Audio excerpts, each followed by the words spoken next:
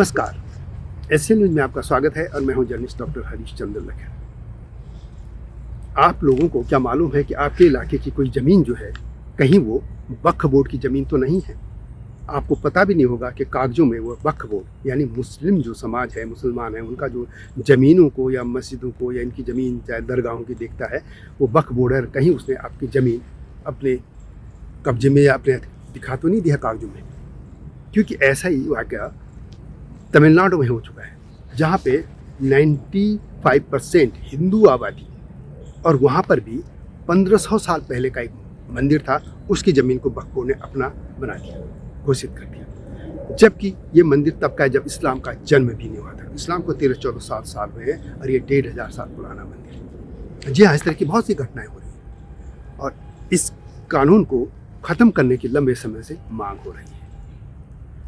इसीलिए एक राज्यसभा में एक प्राइवेट मेंबर बिल आया है, वो है मैनपुरी के हर नारायण यादव। इन्होंने ये बिल पेश किया है और मैनपुरी के सांसद हैं भारतीय जनता पार्टी के, उनका नाम है हरिनाथ यादव। उन्होंने ये प्राइवेट मेंबर बिल रखा है। प्राइवेट मेंबर बिल का मतलब ये होता है कि जो सरकार जिन बिलों को पेश नहीं करती है और सांसद रखते हैं, और राज्यसभा में इसलिए पेश किया गया है ये कि राज्यसभा में कोई भी बिल ख़त्म नहीं होता, क्योंकि राज्यसभा कभी भंग नहीं होती। लोकसभा में तो उसका जो टेन्योर है, यदि 5 साल तक वो चली है, 5 साल के भीतर सरकारों ने, या जब तक भी 5 साल या 2 साल कई बार सरकारें बीच में गिर जाती हैं, तो उस सरकार के कार्यकाल में जो भी बिल पेश हुआ है, यदि वो पास हो गया तो ठीक, नहीं तो वो ख़त्म हो जाता है। अब राज्यसभा में ये रखा गया तो ये जिन्न जो है वक्फ बोर्ड का जो एक्ट का, उसका जिन्न बाहर है, क्योंकि अब डिबेट शुरू होगी। और वैसे भी विभिन्न अदालतों में बड़ी संख्या में याचिकाएं दायर हो चुकी हैं कि इस एक्ट को ख़त्म किया जाए, क्योंकि वक्फ बोर्ड जिस ज़मीन पर अपनी उंगली कर देगा कि ये हमारी है, उसे आप कहीं चैलेंज नहीं करते, हाई कोर्ट नहीं कर सकते, सुप्रीम कोर्ट नहीं कर सकते। अब सवाल ये है कि ये जब बिल पेश हुआ तो उसमें देखिए, इस भारत में तो गजब लोग हैं। एक अमानवीय जो बिल बना था, जो खासतौर पर जो बहुसंख्यक समाज है उसकी ज़मीनों को कब्जाने का, ये इसका जो विरोध किया, इसमें CPI, CPM, RJD, Congress, TMC, DMK जैसे कि परंपरागत करते हैं। और जब इसके फिर राज्यसभा में पहले ध्वनिमत से किया गया, जब इन्होंने फिर मतदान की मांग की, तो मतदान के बाद 53 लोग इसके पक्ष में थे और 32 लोग विरोध में। इस तरीके से बिल तो पेश हो गया। अब इस पर जब भी समय मिलेगा डिबेट होगी और उसके बाद सरकार जो भी जवाब देगी वो तो होगा, लेकिन इसकी मांग लगातार बढ़ रही है। आपको ताजुब होगा कि ये वैसे तो ये जो कानून बना था वो 1954 में पहली बार बन गया था, और ये भी कहते हैं कि इसी तरह प्राइवेट में बिल के माध्यम से बनाया गया था। अब नरसिंह राव के ज़माने में ये कानून आया था 1995 में, और उसमें ये था कि वक्फ बोर्ड जिसको भी पवित्र ज़मीन घोषित कर दे या इसकी चैरिटेबल के वगैरह, वो उनकी हो जाएगी। यानी वो किसी भी ज़मीन को घोषित कर दे कि ये हमारी ज़मीन है तो वो उनकी हो जाएगी। और उसके बाद यदि आपको ये कहना कि यदि आपकी ज़मीन है वो, तो यदि आपको फिर भी बात कहीं और अपील करनी है तो वो है वक्फ ट्रिब्यूनल। वक्फ ट्रिब्यूनल का जो भी फैसला होगा वो मानना होगा। आप सुप्रीम कोर्ट में, हाई कोर्ट में उसको चैलेंज नहीं कर सकते। अब ये कैसा भारत है?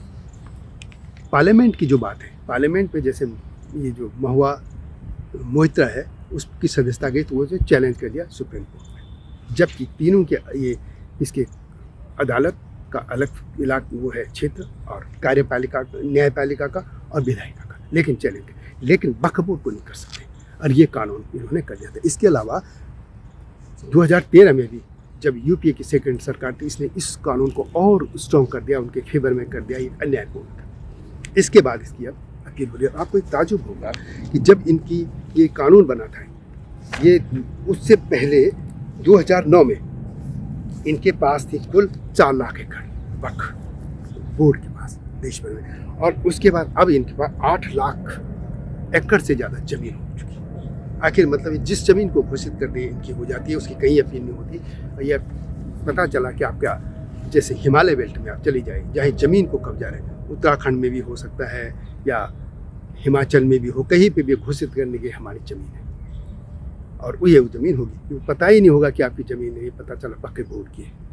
तो ये हिमाचल के लोग और उत्तराखंड के लोगों को ख़ास तौर पर आप देखिए कि कहीं आपकी ज़मीन वक्फ बोर्ड ने तो कब्जा नहीं कर ली है। ये आपको देखने की बात होगी।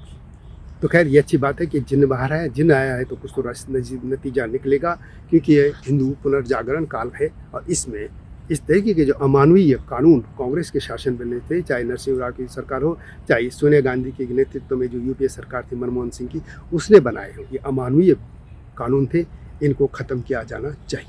यानी कि किसी की ज़मीन ये कब्जा नहीं। वीडियो कैसे लगी कमेंट में से लिखे। मिलता हूँ नए मुद्दे के साथ, तब तक नमस्कार। हिमालय पे पेड़ हो तो गीत गाएंगी नदियाँ, गीत गाएंगी नदियाँ। पेड़ों पे चिड़िया है तो गीत गाएंगी नदियाँ, पेड़ों पे चिड़िया है तो गीत गाएंगी नदियाँ। माँ की लोरी जैसे होते हैं नदियों के गीत।